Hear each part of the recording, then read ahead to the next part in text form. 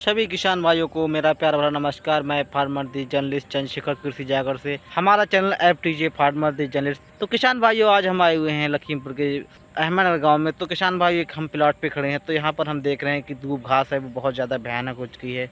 तो किसान भाइयों, हम जानते हैं कि दूब घास कितना नुकसान पहुँचाती है, कैसे कैसे हमें कंट्रोल करें, किन किन बातों का ध्यान रखें जिससे हमें इसे निजात पा जा सकते। किसान भाइयों, हम देखते हैं कि दूब घास होता है वो बहुत ज़्यादा नुकसानदायक होता है हमारी फसलों के लिए। लेकिन क्या होता है जब किसान भाइयों गर्मियों की सीज़न आती है तो हमारे किसान भाई बेनिश्चिंत हो जाते हैं। कहते हैं, सोचते होंगे दूब घास कोई नुकसान नहीं पहुंचाती है। तो किसान भाइयों बात करते हैं, ये दूब घास होती है लगभग हर मौसम में आपकी फसलों को नुकसान पहुंचा जाती है।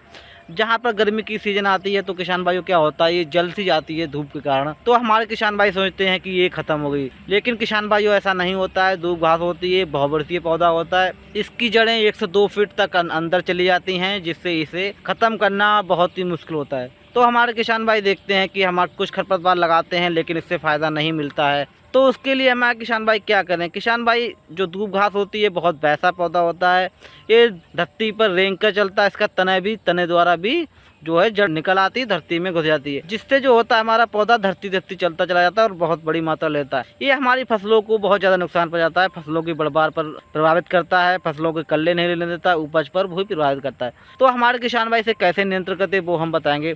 तो किसान भाई, दूब घास के लिए मैं नियंत्रण करने के लिए अगर जहाँ तक संभव हो हमें इसे निराई के द्वारा निकालना चाहिए, क्योंकि निराई के द्वारा किसान भाइयों हम जड़ तक पहुँच जाएंगे और जड़ जब ख़त्म हो जाएगी तो हमें ये पौधा नुकसान नहीं पहुंचाएगा।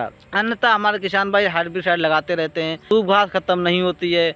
तो किसान भाई, जहां तक संभव हो आप लगाइएगा, इसे खुरपी के द्वारा बाहर निकालिएगा, तब आप दूब की घास से कंट्रोल पाएंगे।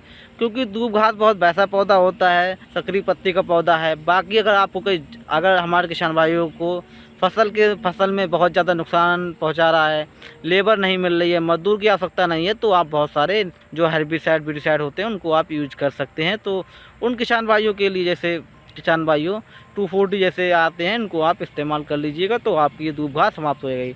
तो किसान भाइयों, जैसा कि आपको पता है कि दूब घास है वो बहुत ज़्यादा जल्दी ख़त्म नहीं होती है। तो जहाँ तक संभव हो, और ऐसा ना हो तो हम खेत की गहरी जुताई करें गर्मियों में 2 से 3 बार, और जुताइयों का अंतर रखें कम से कम 5 से 7 दिन, फिर हमारी दूब घास भी कंट्रोल पाया जा सकता है।